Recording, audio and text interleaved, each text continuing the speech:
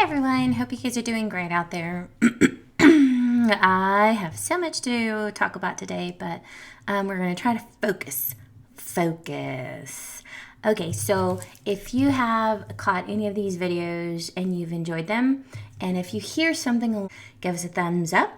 Also, if you're completely new, don't forget to subscribe to A Love Fully Alive. So hopefully you can continue to journey this one with us, and we get to just grow, stretch ourselves, stretching our heart so that we can love more, become that love fully alive. All right, so we're also on Instagram, Love Fully Alive, and hope you can join us there as well. Okay, so what is theology of the body? Huge, long, intense, deep, really deep, but really good. Really, really good. So hopefully you will enjoy what you hear. First, I want to start off with a quote from the wonderful Saint Pope John Paul II. The human body includes right from the beginning, right from our beginnings, the capacity of expressing love. That love in which the person becomes a gift, and by means of this gift fulfills the meaning of his very being and existence. Let's share that again, and I'll probably add it down on the description. The human body includes, right from the beginning, the capacity of expressing love. That love in which the person becomes a gift, and by means of this gift, fulfills the meaning of his being and existence. So by the means of this gift, we fulfill our existence. We've always had from the beginning the capacity to love, to express love, to be loved. And I know in this crazy world that we live in today, it certainly doesn't feel like it. And a lot of times we don't feel like it. And so I hope that this is helpful and provides you some hope to the more that we are created for.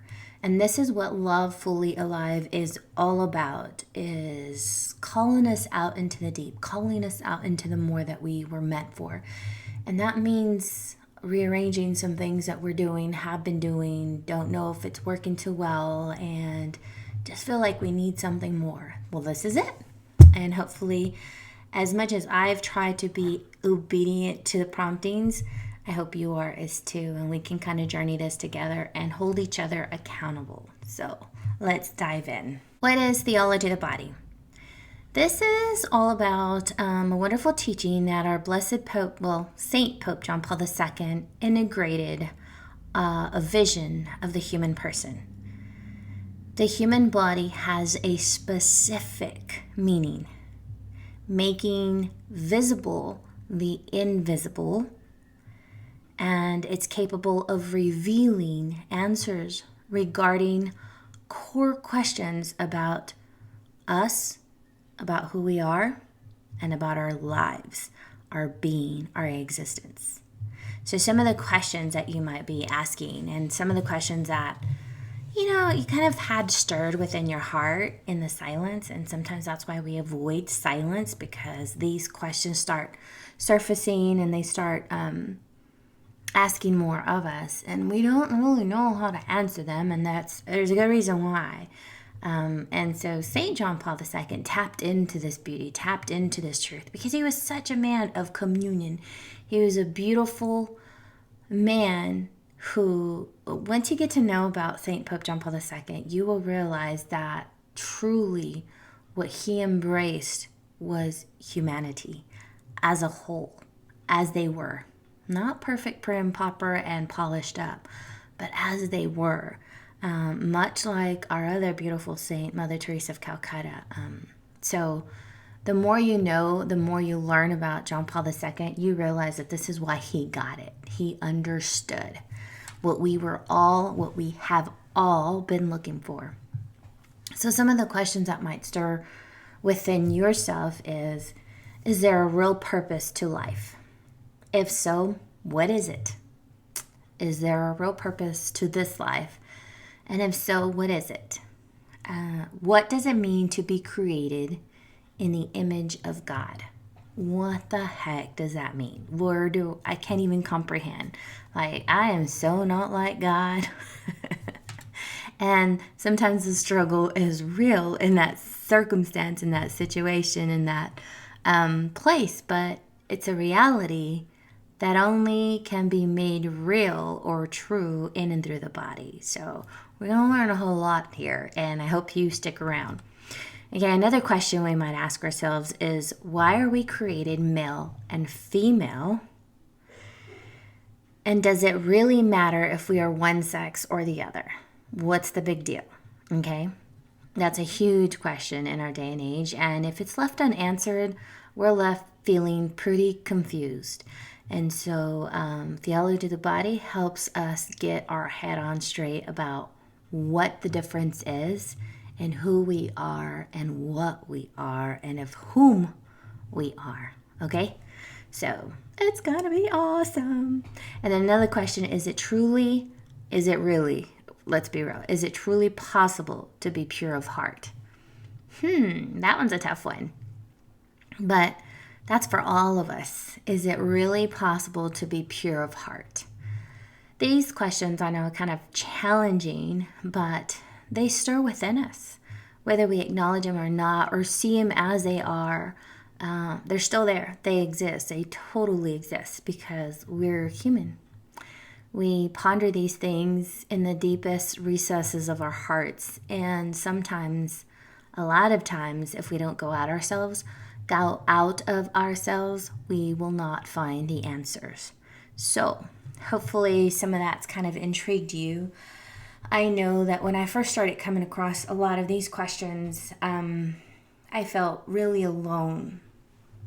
As a matter of fact, one of the things that we talk about when we help people wrap their minds and hearts around theology of the body is this original solitude. And original solitude has to do with when Adam found himself completely alone. You know, the scripture where in Genesis, God created the world and he created all these animals, and then he created man, and man was, amongst the animals, and he felt this solitude. He felt utterly alone.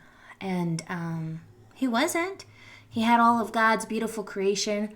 He had all these awesome animals, but they weren't like him. They weren't of him. He just could not find anything suitable to who he was. And so, have you ever felt that way? I think we all go back to that in some sense when we're truly trying to find who we are. Not really seeking someone else, but who we actually are. And sometimes we've got to get rid of all the stuff that's keeping us from seeking that truth. And so I remember feeling completely alone. Although physically I wasn't. We had 3 of our children, and they were right across the hall, and my husband, then my boyfriend, was sleeping, laying right beside me. And I would wake up in the middle of the night, and this stirring within me just woke me. And I could remember feeling completely alone. And that stirring wouldn't just go away. I knew something else was there. Something else was out. Something else was drawing me closer. And I just didn't know what it was or who it was or where it was coming from. But I did know that I was restless until I sought answers, until I came out of myself and began the search. So hopefully this is going to help you come out of yourself and begin the search, the seeking for the more, the journeying into theology of the body. Because theology of the body really does answer a lot of these questions that stir us and wake us and keep us kind of restless. But it's truly a good thing. It's not a bad thing. So don't run, embrace it, and seek fullness. Okay, I gotta have a little drink because my throat is getting dry. Okay, so All these questions stir us. Who is John Paul II? Who is this Pope? We just know he's a Pope and he's quoted quite often and sounds pretty cool, but who is he and where did this theology of the body come from? So, St. Pope John Paul II, in the first 5 years of his papacy, from 79 to 84, delivered these messages of theology of the body. He delivered these truths in 129 general audiences. So 129 times he came out to the balcony of St. Peter's Square and proclaimed this goodness to a crowd beyond imagination. And they had no clue. Most of them had no clue what they were listening to. They were just in awe of being in his presence, which I so would have been there too. I probably would have gone in one ear and out the other. I would have just been like, holy moly, we're here. But anyhow, he delivered these audiences that were reflections based on scripture, and they emphasized the theme of love as self-gift. Now, let's wrap our minds around self-gift. That's being a gift to one another. And a lot of times we get stuck with that. What does that even look like? And sometimes because of brokenness and mistrust or miscommunication, misunderstandings, mishaps, some resentment, bitterness, we're like, hold on, I'm not about to be a doormat. That's how we see this gift. That's not what this means. A gift, when you give a gift, it's freely given. You don't expect something in return. You give it out of love. And the awesome thing about this teaching is you learn how to be that person of love, given over in love, for love, and by love. That's self-gift. There is so much we can talk and learn about in becoming that gift of self. And we will. I have all this stuff coming at me and it's just like, but it's good. It's a good thing. So he focused on these reflections based on scripture and the theme of love as self-gift. But you got to understand, from 1979 to 84 is when he was delivering these messages. He was counteracting the social trends which viewed the body as an object. Yep, we're talking about the sexual revolution or sexual liberation, whichever one you want to use. But these social trends view the body as an object for pleasure or as a machine for manipulation. And we kind of all bought into that, right? When we're out there in the beginning, we're looking for something, for someone, and the way society paints it is if you won't be fulfilled unless someone's fulfilling you. So you're self-seeking in a sense. Who's going to please me, provide for me, and take care of me? Well, really not even provide, just fulfill a need. I can't provide this for myself, so can you do that? And we objectify men and women. Take a look around, look at the ads, look at the music, listen to the words, look at movies. We objectify one another, and it's really sad. And you talk about manipulation, seeing the body as a machine so that I can manipulate to get what I want out of it. That's sheesh. Talk about getting it completely wrong. That's what this is all about. Theology of the body helps us untwist that mindset. And when we start journeying there, it's not a pretty picture because we're looking at how we see one another and how we see ourselves, most importantly. But that, in the sense, allows for healing to take place. And so theology of the body is awesome. Awesome. So this sexual revolution or liberation unleashed a whole lot of, distorting or twisting in the form of so-called freedom. And unfortunately, a lot of this truly was not free. It was not free in any ways because of the practices we partook in. We became very enslaved. for myself and for a lot of others that I've spoken to and we've shared with, and a lot of couples before they got married, they were involved in relationships, and that came a lot from this whole liberation thing, because now you can have sex and have no consequence. There's prevented pregnancies with contraceptions. Unfortunately, STDs are still around and even on an uproar, on a rampage because of it. There really isn't any kind of protected sex because STDs are escalating. They're up there, and they weren't so in the beginning before this whole sexual liberation thing. Anyhow, so with that, just let's just focus a little bit on premarital sex, having sex before marriage. A lot of times with that, yeah, it's very traditional to save yourself before marriage, and this is what the liberation, the revolution renounced or denounced, whatever, and said no to, because they wanted to liberate, especially women wanted to be liberated to do just as the men were doing, and we just ran and wreaked havoc. It was hard, it was rough, and unfortunately we're still living the consequences of that. Theology of the body helps untwist all that brokenness and all those lies. For me, myself, when I engaged in premarital sex, I put all the weight on the act.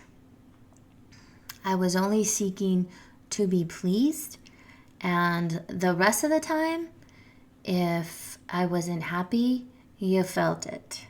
There was a disconnect between what we were doing physically and what was going on within our hearts and even our heads. So you talk about just complete chaos from mind, heart to body. It was bad.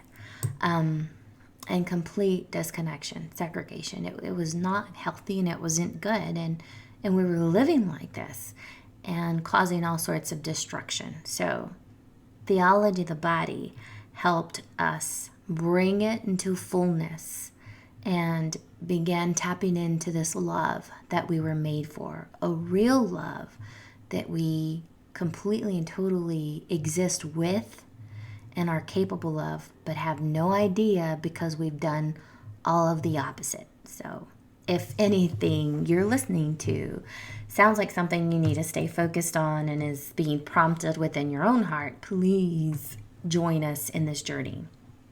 Don't forget to subscribe to A Love Fully Alive so you can continue to get these episodes as soon as we get them downloaded. And I'm trying to do my part in being diligent to get them done. So that's what theology of the body is. Theology of the body, instead, TLB, the body shows us the call and gives us the means to love in the image of God.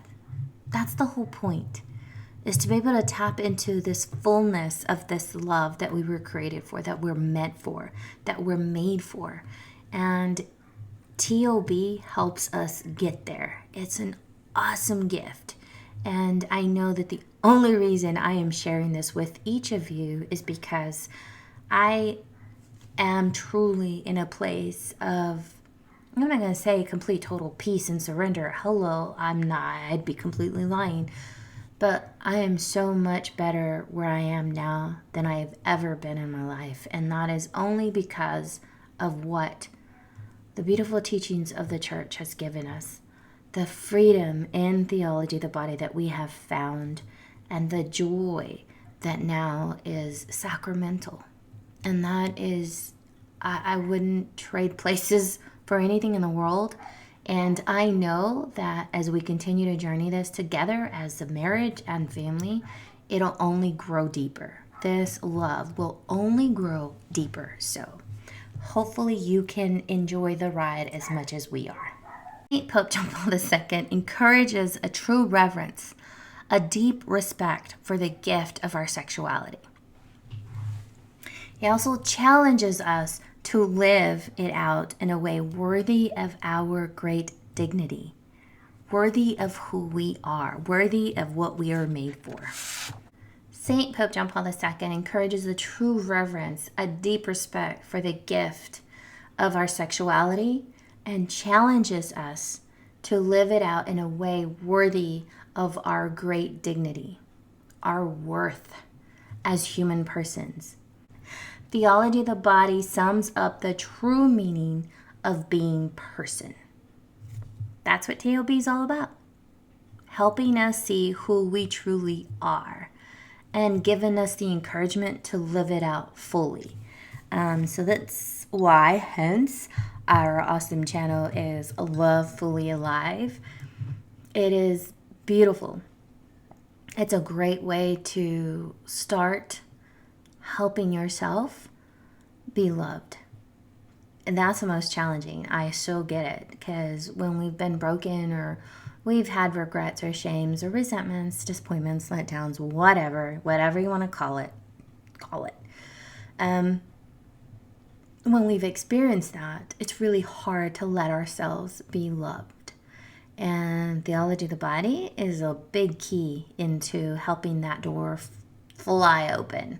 So I hope that you are intrigued. I hope that you have been pulled in. If you have, don't forget to give us a thumbs up. That lets us know that we're doing a good job and you are willing and ready to journey this one with us. The other big commitment is subscribe to A Love Fully Alive.